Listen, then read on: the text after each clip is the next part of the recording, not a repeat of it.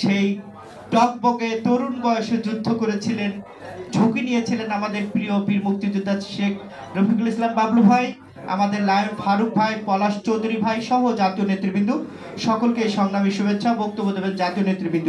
দু একটি কথা বলে আমি আমার বক্তব্য শেষ করব। বাংলাদেশের 1971 পরে যারা শাসন ব্যবস্থায় ছিলেন, আমার নেতা শহীদ রাষ্ট্রপতি জিয়াউর রহমান যখন শাসন ব্যবস্থায় ছিলেন, সেই শাসন ব্যবস্থায় বাংলাদেশকে কোথায় নিয়ে গেছিলেন সেটা আমি বললে হয়তোবা অন্যরকম হবে, জাতীয় নেতৃবৃন্দ যারা আছেন তারা বলবেন। কিন্তু আমরা এটাও দেখেছি যে বাংলাদেশের নির্মাণ হওয়ার পরে যেই শাসক দল যারা দাবি করেছিলেন, যারা রাষ্ট্রের দায়িত্বে ছিলেন, শেখ পরিবার এই চোরের গোষ্ঠী কিভাবে চোর এবং লুটপাট করেছিল মরহুম শেখ মুজিবের নেতৃত্বে। তার ছেলেরা ব্যাংক ডাকাতি করত, তার এই মরহুম শেখ মুজিবের নেতৃত্বে তৎকালীন প্রথম গুম হয়েছিল জহির রায়হান, এবং তৎকালীন প্রথম ক্রস ফায়ার দেওয়া হয়েছিল সিরাজ শিকদারকে। এখানে যারা জাতীয় নেতৃবৃন্দ আছেন তারাই ভালো জানেন। কিন্তু দুঃখ হলো, সত্য কথা, তার মেয়ে রাষ্ট্র ক্ষমতায় আসার পরে এই যে চোরের গোষ্ঠী এই চৌরি করে সারা বিশ্বে বাংলাদেশের ইজ্জত মেরে একদম শেষ করে দিয়েছে।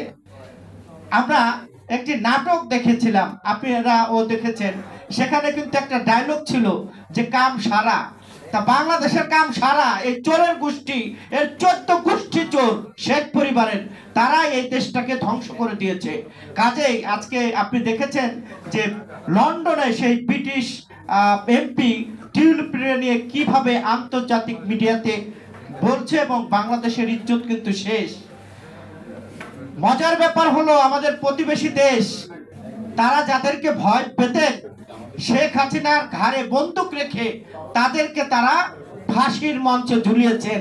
কিন্তু প্রতিবেশী দেশ ভারতকে বলতে চাই, যাদের দেখে ভয় পান, যাদের জমের মতো ভয় পান, তারা কিন্তু ন্যায় বিচার পেয়ে কারাগার থেকে বেরিয়ে গেছে। গতকালকে আপনারা দেখেছেন সাবেক স্বরাষ্ট্রমন্ত্রী আমাদের বাবর ভাই কিন্তু বেরিয়ে গেছেন। এখন ভারত কাপো কাপো কাপো করছে, কারণ 5ই আগস্টের পরে ভারত আর বাংলাদেশের সুবিধা করতে পারছে না, কারণ তার প্রেমিক হারা হয়ে গিয়েছেন, কারণ তারা তো জনগণের সাথে বন্ধুত্ব করেননি।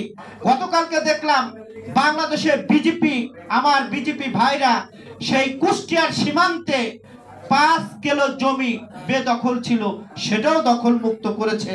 তাই বন্ধুরা বলতে চাই, আজকে যারা বিপ্লবের গান গেয়ে নতুন ঘোষণাপত্র তৈরি করতে চান, তাদের কাছে আমাদের প্রশ্ন, আমরা এখানে যারা আছি তারা কত ত্যাগ করেছি, কত নির্যাতনের শিকার হয়েছে। আমরা যারা জাতীয় রাজনীতির সাথে সম্পৃক্ত ঢাকায় থাকি, কিন্তু আমাদের পরিবার, অনেকের পরিবার কিন্তু গ্রামে থাকে। সেই অসহায় মা, অসহায় বোন, অসহায় ভাইদেরকে রাতের অন্ধকারে এই শেখ হাসিনার পুলিশ বাহিনী কিভাবে নির্যাতন নিপীড়ন করেছে, সেই গল্প কাহিনী হয়তোবা আমরা অনেকেই ভুলে যাচ্ছি। আমি যেখানে দাঁড়িয়ে কথা বলছি, এখানে চৌধুরী আলম ছিল, তার লাশের সন্ধানও এখন পর্যন্ত পাওয়া যায়নি।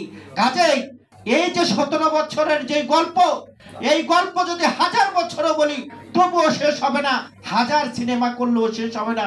মান্না ভাই, আজকে যারা আছেন আপনারা জাতীয় নেতৃবৃন্দ, তাদের কাছে আমাদের অনুরোধ থাকবে, এই 17 বছরের গল্প কাহিনী আপনারা ভুলে যেন না। আমরা এমনও সময় কাটিয়েছি, সারাদিন না খেয়ে রাতের অন্ধকারে কোনো আত্মীয়র বাসায় আশ্রয় নিতে, যে তখন রাত 11টা, আমাদের দেখে আত্মীয়রা মুখ কালা করে থাকতেন, বলতেন তুমি কি খেয়েছো? আমরা না খেয়েও বলতাম আমরা খেয়েছি।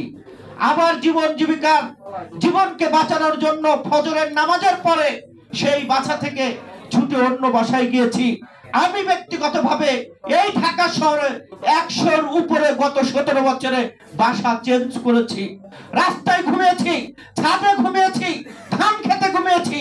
এই ইতিহাস যারা ভোলানোর চেষ্টা করছেন, যারা বলার চেষ্টা করছেন 24-এর আন্দোলন আমাদের ফসল, তাদের প্রশ্ন করতে চাই, কত ত্যাগ করেছেন, কতজন মানুষ খুন হয়েছে, কতজন পরিবার হারা হয়েছেন। আমরা যারা আছি আমরা ত্যাগ করেছি। বিএনপি পরিবার, নাগরিক ঐক্য, ভাসানী অনুসারী পরিষদ, লেবার পার্টি, জামাত, আমরা ত্যাগ করতে জানি, ভোগ করতে জানি না।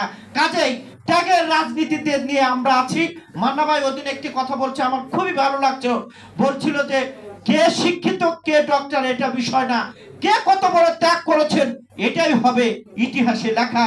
সকলকে ধন্যবাদ জানিয়ে আমি কথা শেষ করছি।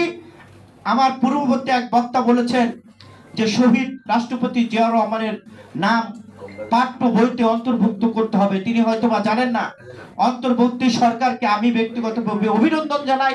তারা আমাদের নেতার নাম স্বাধীনতার ঘোষক হিসাবে তারা অন্তর্ভুক্ত করেছে। সকলকে ধন্যবাদ জানিয়ে আমি আমার কথা শেষ করছি। দেখা হবে রাজপথে, কথা হবে স্লোগানে, হয় লাশ না ইতিহাস। আল্লাহ হাফেজ।